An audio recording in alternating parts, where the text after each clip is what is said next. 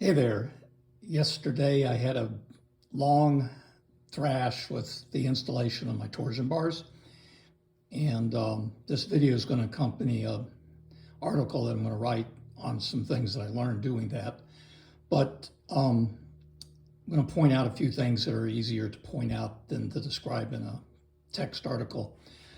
First of all, this is a 63 Series 1 fixed head coupe. I believe the arrangement of the torsion bars was the same at least up to the end of Series 1 and most likely up to the end of Series 2. So a little bit of terminology. I'm standing on the driver's side of the car. I do not have the suspension fully installed. So we have the upper A-arm and the lower A-arm. We're going to talk about this lower A-arm several times.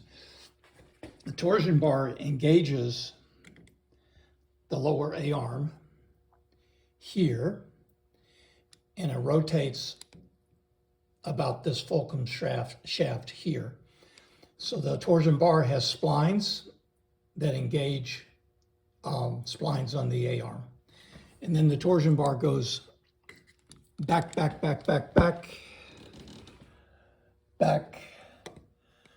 to an attachment point here at the rear of the car. And you certainly will hear the term reaction plate, and this is, you're seeing about 1/4 of the reaction plate. The reaction plate goes across underneath the engine and attaches on both sides, and it attaches with a heavy bolt here that goes through the frame and through a fitting on the reaction plate. The torsion bar engages the reaction plate, and so that end of the torsion bar is held fixed, and that's the fixed end of the bar. And then as your suspension, as the A-arm compresses, it twists the torsion bar and it acts like a big spring.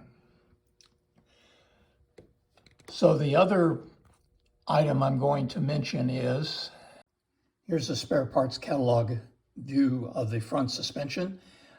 So we have the lower A-arm, the torsion bar, and then at the end there's a heavy casting made out of metal, and that's described as bracket, receiving rear end of front torsion bars.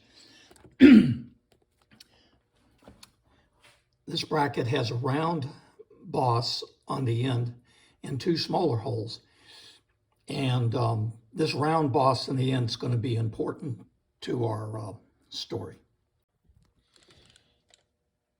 The bracket at the rear end of the torsion bar has 3 holes that need to line up.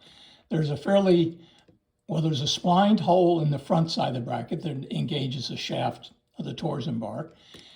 And then there's a boss on the back side of the bracket, which you can't see, but it has to pass precisely through a sheet metal bracket that's part of the tub for the engine and a hole in the reaction plate. Then furthermore, there's 2 3/8" bolts, as shown in the spare parts picture up above, and they pass through holes in the sheet metal of the tub and the reaction plate. And my biggest problem with the installation of all this, and my biggest lesson learned, is I did not test fit the reaction plate and the bracket while I had the engine out and everything was accessible, much to my dismay. So I'm looking at page 251 of my Bentley shop manual, and this was pointed out to me by my friend Rick. On the lower A-arm, and this is extremely subtle, but the hole that the front end of the torsion bar fits through is machined at an angle of 1 degree 30 minutes. You really can't see that, but that is very important, because what happens is the torsion bar comes back at a very slight angle towards the middle of the engine compartment. And to make matters worse, I originally had this piece installed opposite hand so that it was actually causing the angle to go the wrong way. Now that really had me flummoxed for a while, but eventually I figured out the torsion bar was trying to point towards the outside of the car and it should have been pointing towards the inside. So I did have to take all of this assembly apart and put it back together. Not too bad, took me an hour. I was glad to find a smoking gun, so to speak. So here we're looking straight down at the top of the torsion bar, and this is pretty hard to see, but when you get to stand back and look at it overall, the torsion bar fades just a little bit towards the middle of the engine compartment at its rear.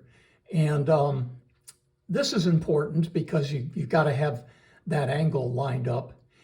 And also, when installed and with the suspension set in a drooped position, the torsion bar has actually got a little bit of a bending force on it. It's not much, but you will find you will have to pull the torsion bar a little bit down and towards the middle of the car to get the boss on the rear bracket to line up with its holes.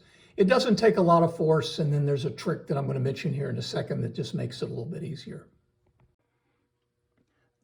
The same shop manual, Bentley, page 249, shows a setting link. There's different values for different generations of cars, so that you do need to check depending on which car you're working on. For instance, a 2+2 has a bigger setting link dimension. And you can see in the picture, it's hooked up between basically where the shock absorber would go.